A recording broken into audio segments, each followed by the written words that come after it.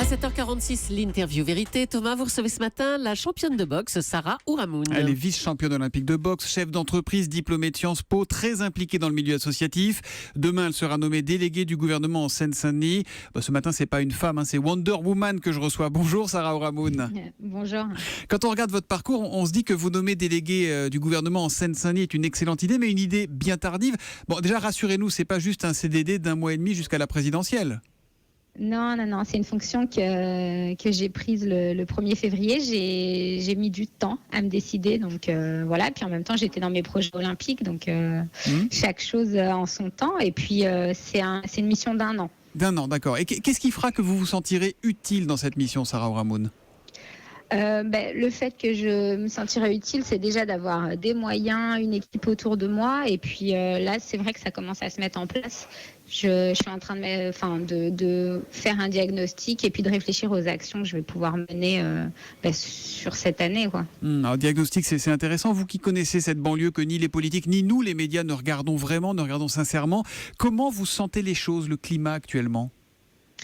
C'est un climat assez tendu, notamment avec les événements qu'il y a eu sur Aulnay. Là, l'affaire Théo notamment. Oui, l'affaire Théo. Je venais de commencer ma mission, donc voilà, dans le bain tout de suite. Non, il y a beaucoup d'attentes, beaucoup de choses à faire, mais en même temps, moi, comme vous l'avez dit, je viens du terrain et c'est vrai qu'il y a de l'énergie. C'est une banlieue dynamique, jeune, donc il y a beaucoup de choses à faire. Mais les affaires, les emplois fictifs, les soupçons sur François Fillon, sur Bruno Leroux, sur Marine Le Pen, ça les dégoûte pas, ça, les jeunes, ceux que vous essayez d'éveiller à la citoyenneté ?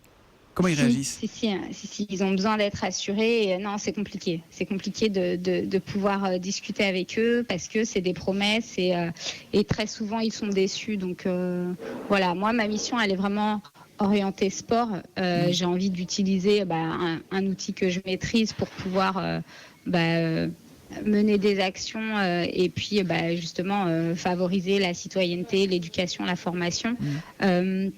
Ça a marché sur moi. Enfin, le sport, moi, ça a été un vrai outil éducatif. Ça m'a transmis énormément de valeurs et c'est ce que j'ai envie de faire via cette mission. Vous appuyez sur ce mot citoyenneté. Quand vous leur dites d'aller voter, ils vous regardent avec des grands yeux. Ils vous disent, ouais, on a bien l'intention de se faire entendre. Ça dépend. Ça dépend. Non, il y a quand même un gros travail à faire avant. C'est-à-dire, il faut vraiment les sensibiliser, les accompagner. Il y a quelques associations qui le font, mais voilà, il faut encore beaucoup de travail. La politique, c'est le pas d'après pour vous ? Parce que vous avez l'habitude de donner des coups, là, vous allez en prendre quelques-uns, Sarah Ouramoun. Non, pas du tout. Ce ne sera pas le prochain pas. C'est une mission que j'ai acceptée pour 1 an. J'ai envie de mettre un peu la main à la pâte, voir si je peux être utile. Mais après, non, ça s'arrêtera là. J'ai envie de rester dans le monde de l'entreprise et puis dans le monde aussi associatif, d'être vraiment sur le terrain. Vous avez un tempérament hors du commun, on a l'impression que rien ne vous résiste, chef d'entreprise, je le disais, sportif de très haut niveau. D'où vous vient cette détermination, Sarah Ouramoun ?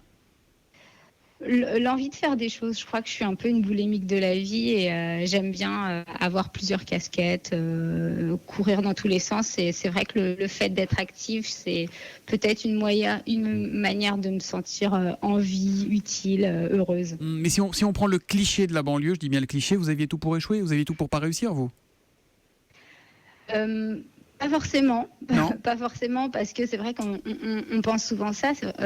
Moi, quand j'ai voulu faire des études, j'ai trouvé des personnes pour m'accompagner, des entreprises qui ont financé mon parcours. Et puis, quand j'ai voulu me lancer, aujourd'hui, il y a plein d'incubateurs qui accompagnent les projets de création. Je suis vraiment partie avec l'idée de me dire que si j'avais la volonté et l'envie, je trouverais mon chemin et les portes s'ouvriront. Puis avec beaucoup de travail également, mais il y a des choses qui se font en banlieue et ailleurs, d'ailleurs. Mais Bien sûr. Quand on a envie. Il paraît que vous lancer dans les compétitions de boxe, ça n'a pas été simple. Je crois que même votre propre mère n'aimait pas l'idée. Sa fille en Rocky, c'était pas son truc. Ça va mieux aujourd'hui? Non, ça va mieux, mais en même temps, ça fait 20 ans. Non, il y a 20 ans, c'est vrai qu'une femme avec des gants, c'était pas très bien accepté. Là, il y a eu des films comme Million Dollar Baby qui ont bien aidé la boxe féminine. Et puis là, c'est vrai qu'avec les résultats à Rio, il y a eu un vrai impact. Et aujourd'hui, tout le monde met des gants. Moi, je vois bien là depuis septembre. Ça reste pas un sport cantonné aux banlieues, c'est plus un sport populaire, étiqueté très macho. Tout le monde ose monter sur un ring. Eh ben, en tout cas, on est tous très fiers de vous, Sarah Ourahmoune, et on l'a beaucoup été cet été quand vous étiez à Rio. Merci d'avoir été en direct et en duplex de Marseille sur Europe 1 ce matin. Bonne journée. Merci à vous aussi, bonne journée.